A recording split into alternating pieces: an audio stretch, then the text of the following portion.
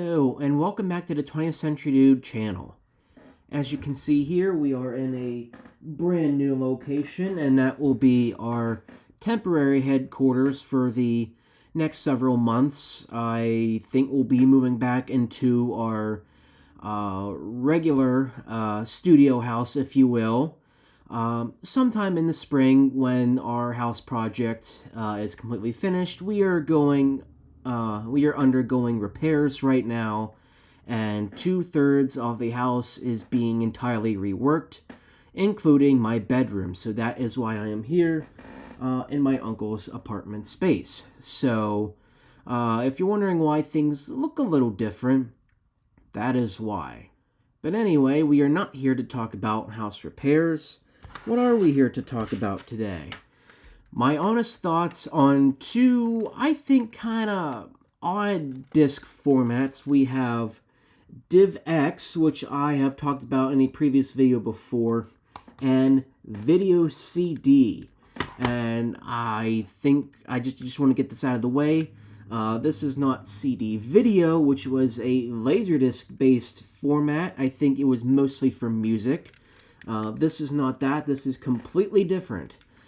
CD video is a Laserdisc offshoot, whereas this is not. So I just wanted to get that cleared up and out of the way. This channel really has a firm foundation on media that is obsolete or otherwise niche or just rather interesting. And that's why I started this specific series on what my honest thoughts are on these specific formats. These really are two interesting disc formats, maybe not always for the bestest of reasons, but I'll explain why in a little bit. And concerning DivX, I'll attach the link to a video I did on the DivX format down below, just in case you missed that from earlier in the year. So I won't spend as much time on DivX as I will video CD. Now, I will only have a demonstration for video CD, but I'll get to that demonstration in a moment, and you'll see why this is the only one I can even demonstrate working. So otherwise, let's begin.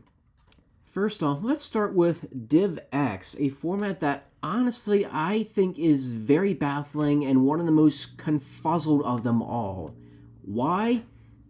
Because you can't even use them. When DVD took off in the mid to late 90s, DivX was followed up. And basically how you use this was you watched the movie once, and if you wanted to watch it again or wanted access to additional bonus features, you had to have a special plugin on your player to call in to the DivX number. And once you got around to some techno things underway during your phone call and taken care of, you could have access to extra content and repeated viewing. Not exactly convenient, is it? Now, some DVD players, if you're lucky enough to come across them, they will have DivX encoding on them that will allow you to play some DivX movies. My great-grandmother Betty's player was the only player I knew of pretty much ever that could probably do that. As you can probably tell, that didn't work out so well, and the movie did not end up being played anyway. So, out of pure curiosity, I did call the DivX number to see if we could get this problem squared away, but the DivX number is apparently discontinued. So, no movie for me, I guess. The number you have dialed is invalid. Please check your listing and try your call again. The number you have dialed is invalid. Please check your listing and try your call again. The number you have dialed is invalid. Please check your... So, my honest thoughts on the DivX format. Honestly, aside from the fact that it says DivX on here, there's nothing else really to tell you that this looks any different than, your average DVD, but for the most part, I think it's really just a stupid idea. The fact that you can only continue watching this movie if you call in a DivX number was very inconvenient, whereas for a DVD, you could just watch it as many times as you wanted, and that was pretty much it. But this, if I wanted to watch this repeated times, I basically had to call somebody, and I I just think that's kind of ridiculous. And now that we know that the DivX number is discontinued and you can't even get to anybody on the other end of the line, that makes this format extremely worthless. It's kind of a pathetic idea if you really narrow it down. I mean, sure, you could try ripping this disc in a DVD burner or a special disc burner and hook it up to a Windows and Mac and see what happens. You couldn't make that workaround. I mean, after all, if we could get the coded DivX file on there, we can end up taking the file off the disk. But that's a quest for another time and something I'm not gonna take care of as of now. Some of you might have already done that in the past, and if your efforts were successful, let me know in the comments below how your attempts went, because I am very curious as to the result of actually getting the movie off the DivX disc. But for right now, DivX is just kind of useless and you can't even watch it anyway. So what was the whole point of the format? I don't know. If it was an attempt to counter DVD, then it was a really poor one. And no wonder DivX was pulled from shelves not even months after it was introduced in the late 1990s. I'm just glad it didn't turn out as bad as the Flex Play idea they did in the 2000s, but that's another video if I even get around to finding any of those. Not that Flex Play is going to be any better off as far as demonstrating. They probably don't even work at all. Last but not least is the video CD format. It's been around since the early 1990s, even preceding DVD, and it might still be going. But this is predominantly a format that exists in Asian countries such as Korea and Indonesia rather than literally anywhere else. I mean, sure, you could import them over via eBay, but it's nothing you'd ever see on the Walmart shelves. So video CD is kind of an odd duck. It's like a DVD, it's almost like a DVD, but you can't play it on some DVD and Blu-ray models. I mean, sure, it worked good in my Sony Blu-ray player, but it's not read in my LG model player. Although that one is more of a basic model, so I'm not surprised that it didn't pick up video CDs encoding rather than what the Sony one did. Sure, you could also just buy a video CD player as well if those are still floating around, but who would actually want to do that? And, you know, when it is read in the player, it comes up actually as a CD file because the disc itself is just some files burned onto a very fancified compact disc, hence video CD.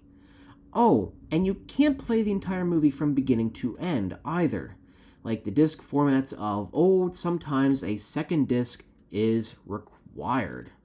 However, I think the second disc is a rather wasted resource. You could just flip it over to the second side like a Laserdisc, but Video CD apparently didn't decide to do that. You have to change the disc anyway. Happy Gilmore, which is only a 90 to 100 minute movie, still needs a second disc because CDs can only fit about 70 to 80 minutes of data on a disc, and there are some previews here on part 1, so that will definitely add out some time onto the movie. And on this copy of Happy Gilmore, we are given several minutes of ads and commercials before our regularly scheduled programming, but whoever mixed the audio for this thing apparently didn't know what they were doing, because the volume is cranked up way high and your innocent ears will probably explode as a result. But the movie itself plays pretty quiet. The audio quality is okay, but the picture is a mixed bag of nuts. The quality ranges from about fine-ish to downright atrocious. It's a very compressed quality. So you get all those precious pixelated video artifacts that happens when your streaming quality decides to take a dump. It's that level of bad. If you were playing this through a CRT or computer monitor from the 1990s, you probably wouldn't have been able to notice this, but watching it through a 4K flat screen TV, or even just my, small Vizio TV right here, you'll be able to tell real quickly.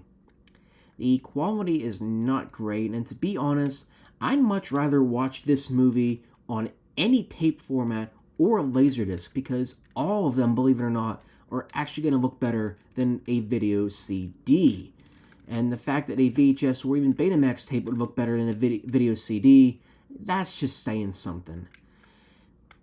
So this format apparently continues to this day as basically a cheaper DVD alternative in other countries, but, heavy emphasis on cheaper. So that's my honest thoughts on the both of them. Between the two of them, I think video CD is the better of the two because compared to DivX, at least I can actually use this thing. Not that video CD is a good format at all, I'm not saying that in the least bit. But if you're looking for a DVD alternative, then you're settling for less.